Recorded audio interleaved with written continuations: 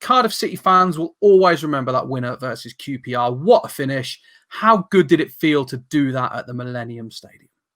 Oh, you know what? I don't have any regrets from football, but I've got one wish. And my one wish was that I never got to play at Wembley. I was 17th man twice at Wembley under Middlesbrough for the cup finals, and I always wanted to play at Wembley. But to play for Cardiff in the Millennium Stadium in a playoff final, you know, I'd never, ever turn that away, because it's just the whole day. You know what I mean? Watching the fans queuing up, cheering the bus into the stadium, and the whole atmosphere of warming up to the game. The game was awful, by the way. The game was just it was probably one of the worst playoff finals I think I've ever witnessed. You know what I mean? Because normally playoff finals are quite interesting, and there's a few goals, and you know the game was awful. 0-0, extra time, 0-0, 5 minutes to go, boring.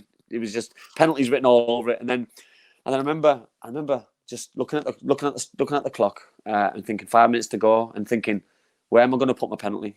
Where am I going to put my penalty? The pressure on penalty takers now, I'm going to have to be one, by the way. That this is going to be, I can't afford to miss. Where am I going to do? I'm going to have to put my foot through it. And then, you know what I mean? And the ball got put over the top by Gareth Wally.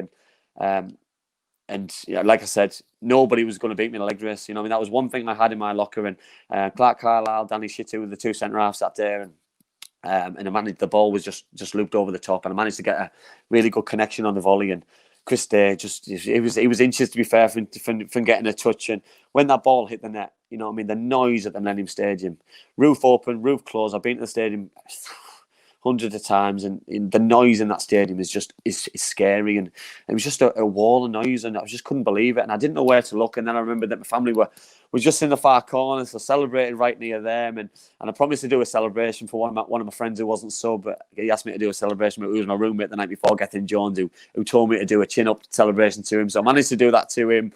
And then everyone jumped on top of me. I remember just the next 4 minutes of the game were just a wipeout. You know, I watched the game so many times after. I didn't touch the ball. I was running around like a headless chicken, and I was just hoping that they didn't score, because I didn't want to take a penalty. I was so frightened that just the success that we could have had was going to get taken away. And then when that final whistle went, the joy, the exterior, the noise again was just unbelievable. And people asked the question about what was it like in the changing room after. And you know what? It was so surreal, so quiet, because I think we took everything and left everything outside. That when we went in, that we were sat in the showers, sat in the baths, and yes, we were drinking, we were socialising, we were having realising or trying to understand what we just achieved. But at the same time, it was probably so placid and so calmer than it was outside in the city, outside in the stadium. And you know, it was only when we left the stadium with our family to go into the city to do things that we had to do for sponsors and things, and meet family, that I realised then what we'd achieved, because that was crazy. That was just the maddest moment. You know what I mean? I'm talking about going over a road which took 4 hours to get over a road. You know what I mean? It was just, you know, I mean, getting mobbed is an understatement. You know what I mean? The exterior, the fans. You know what I mean? It was just, you couldn't go anywhere without the joy, and that probably lasted till about Thursday, and that was a Sunday. You know, so you know what I mean? It was, yeah, I didn't spend much time at home or in bed that weekend or week. So it was nice to chill out for a couple of days towards the end of the week. That's brilliant. I'm very interested, actually.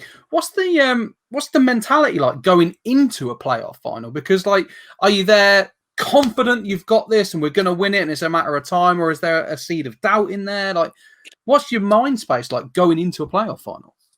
Well, going into the playoffs, we missed out on promotion, so we went into the playoffs probably quite negative. We went in underperforming. We'd taken a few heavy defeats, and then we played Bristol City over 2 legs, and again 2 poor games, 2 clean sheets though, beating them 1-0 over the course of 2 games, and then went into the QPR game really confident, because we played QPR a month before at Loftus Road, and we beat them 4-0.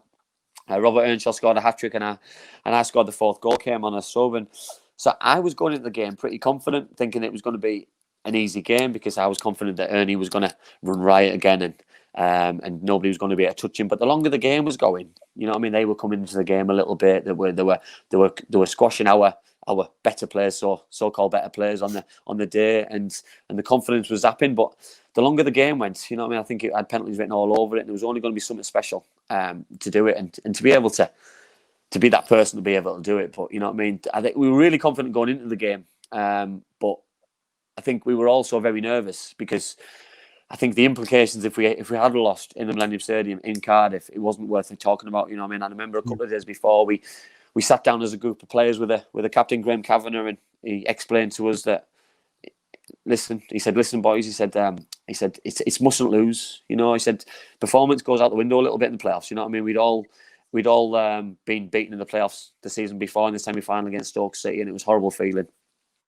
So we knew what it was like to lose. So we knew that by hook or by crook we had to get there. And you know what I mean? I think we just got over the line a little bit. You know what I mean? Because nobody probably deserved to lose the game on the day. So you know what I mean? It's probably a fair result would have been a draw. You know what I mean? But thankfully for us, because penalties would have been horrific for everybody, for them and for us, and for fans, for players, for managers, for the losing team. You know what I mean? Yes, somebody had to lose anyway, but you know what I mean? To lose on penalties there's no worse way to go. But you know what I mean? Thankfully we managed to get the victory on the day. Just